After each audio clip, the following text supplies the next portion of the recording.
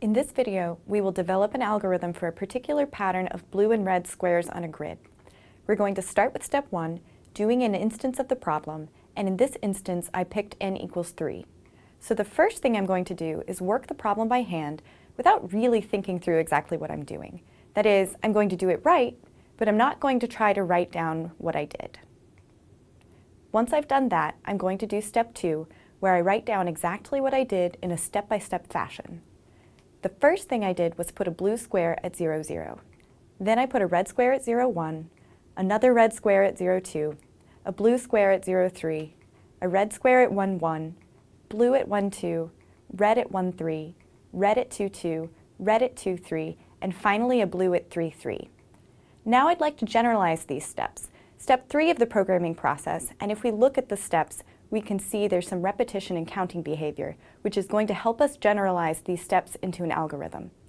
These first 4 steps have x equals 0, then we have a group of 3 steps for x equals 1, a group of 2 steps for x equals 2, and finally a single step for x equals 3.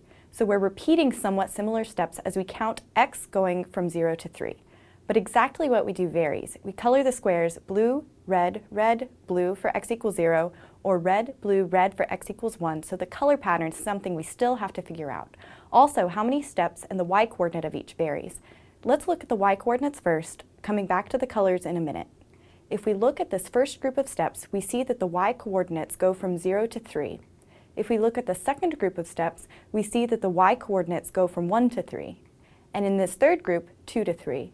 So it looks like, in general, we're counting from x to 3.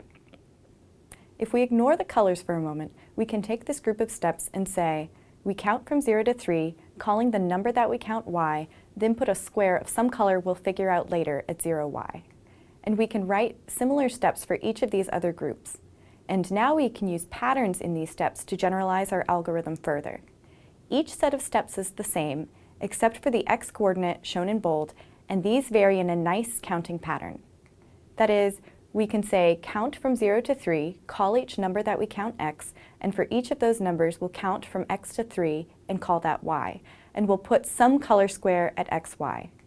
But this is only true for n equals 3. A clue that we have not finished generalizing is that the steps do not depend on n at all. We know that the pattern will be different for different n, but this is not reflected in the algorithm we wrote. We need to make it more general. How could we do this? We might just realize it, but if we don't, we can go back and repeat steps 1 and 2. If the pattern is hard to figure out, we may have to do steps 1 and 2 many times. So for example, if we went back and performed step 1 for n equals 1, we end up with this pattern.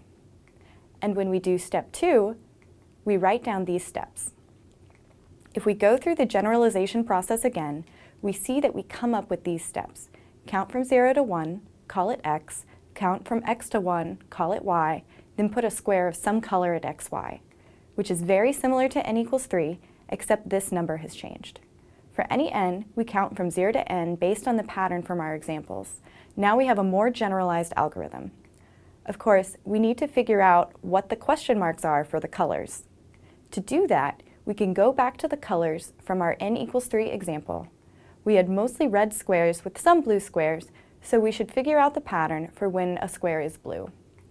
I've thrown away the red ones, so we can just look at blue for a pattern. This pattern may be a bit subtle to see with only 4 pieces of information. You may have figured it out, but if not, what could you do? Well, it might be easier to see with more information. Looking at n equals 5, we have more blue squares to consider. Now you look at the pattern and see what you come up with, and this is mostly your ability to look at numbers and find patterns. If we add the x and y coordinates together, we see that they are 0, 3, 3, 6, 6, 6, and 9. So the pattern here is we draw a blue square if and only if x plus y is a multiple of 3. Now we can go back to our algorithm and specify if x plus y is a multiple of 3, we put a blue square at xy. Otherwise, we put a red square at xy. This algorithm looks pretty good, but we will want to do step 4 and test it, shown in the next video.